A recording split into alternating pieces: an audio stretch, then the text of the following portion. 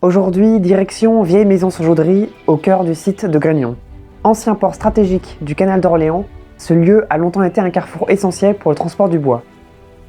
Aujourd'hui, le site est devenu un lieu incontournable du tourisme fluvial. L'association des mariniers y a notamment construite la péniche La Belle de Grignon et un coche d'eau est en cours de construction. Nous y retrouvons Sylviane Aran, randonneuse expérimentée. Bonjour, je m'appelle Sylviane Aran. J'ai effectué en 9 jours ce qu'on appelle le triangle d'eau, c'est-à-dire le canal d'Orléans, le canal de Briare et la Loire, à pied. C'est un itinéraire de 230 km qui peut se parcourir à vélo, sur l'eau et même à pied. Suivez le fil des canaux, traversez des villages de charme et découvrez des lieux uniques à chaque étape. Le cœur historique de Châtillon-Coligny, le pont canal de Briare, le château de Sully-sur-Loire ou encore la cathédrale d'Orléans, autant de grands sites qui jalonnent le parcours. Une aventure accessible à tous, au rythme de l'eau et de la nature. Donc pourquoi réaliser cette boucle? Le département a fait un gros travail sur le véloroute, ce triangle d'eau, et pourquoi pas le faire à pied.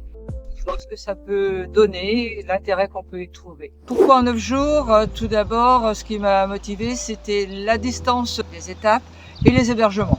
Parce que c'est trouvé où j'ai fait une étape de 32 km, puisqu'entre Sepoix et Châtillon-Coligny, je ne trouvais pas d'étape à proximité des voies d'eau. Et à pied, il est hors de question de s'éloigner de 2 ou 3 km pour trouver un hébergement. Donc c'est la première motivation dans l'organisation des séquences. Ce défi que je me suis lancé, habitué de faire un petit peu d'itinérance au sein du club, que ce soit en Bretagne ou sur Compostelle ou Stevenson, c'était d'abord de connaître autour de soi ce qui était possible de faire et de le faire seul. Ça, c'est une première. Pourquoi seul? Ce que ça m'a apporté, c'est du lâcher prise, de pouvoir faire ce que je voulais au moment où je voulais, de pas avoir de compte à rendre à qui que ce soit. Cette organisation, elle était pour moi, rien que pour moi. Un peu égoïste, peut-être, mais très contente de l'avoir fait parce que c'est vraiment un moment de détente malgré la performance.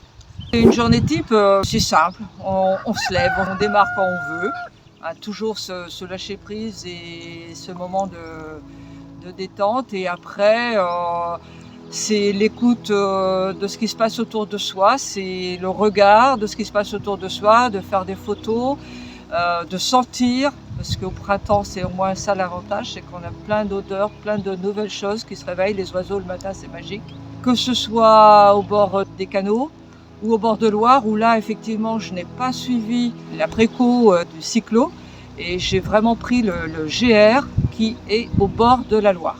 Et ça je tenais vraiment, je connaissais certains endroits, je me suis même amusée à passer entre la Loire et derrière la centrale nucléaire de Dampierre, ce qui fut un petit peu plus sportif, puisque j'avais 2 sentiers sur mes cartes ne se rejoignaient pas. Bon, j'ai fait en sorte qu'ils se rejoignent malgré tout. Le meilleur souvenir, je crois que le plus amusant, c'est justement en arrivant sur la centrale de Dampierre, j'ai rencontré un monsieur, je lui ai demandé justement si je pouvais passer sur ce chemin, qui m'a dit oui, normalement avant ça passait, vous pouvez y aller, et puis on a échangé différentes choses, et il s'intéressait d'ailleurs au cyclo de Loris, et qui partait de son côté, moi du mien évidemment, et qui au bout de 10 mètres a fait demi-tour avec son chien et dit je peux vous accompagner quelques minutes, et m'a accompagné pendant 3 ou 4 km. C'est les aléas des rencontres et des belles rencontres. Le plus désagréable, évidemment la météo quand elle veut pas être de la partie, mais après, des choses où il faut faire attention, c'est qu'on arrive sur certains villages et vous avez prévu d'acheter votre repas du midi et que toutes les boutiques sont fermées. Et là, ça devient gênant. Donc heureusement qu'il y a les fruits secs dans le sac et on s'arrange et on fera meilleur ce soir. Je recommande fortement ce circuit parce que ça apporte plein de positifs.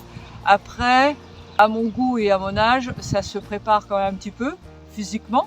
On ne fait pas 230 km en 9 jours sans avoir un minimum de préparation physique ou d'entraînement, quel que soit le sport que l'on peut pratiquer. Et puis après, c'est aussi au niveau hébergement. Alors suivant les périodes, on peut le faire à l'arrache, hein, bien sûr.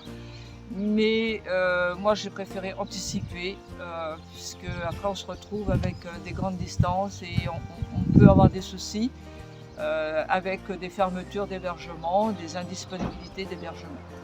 Le mot de la fin pourrait être à quand la prochaine, puisque j'ai vraiment apprécié, pas de solitude, contrairement à ce que mes amis peuvent me demander, par voilà, tout ce qu'on peut retrouver au bord de la nature, et vraiment envie de recommencer cette expérience, peut-être un peu différemment et bien sûr dans une autre région.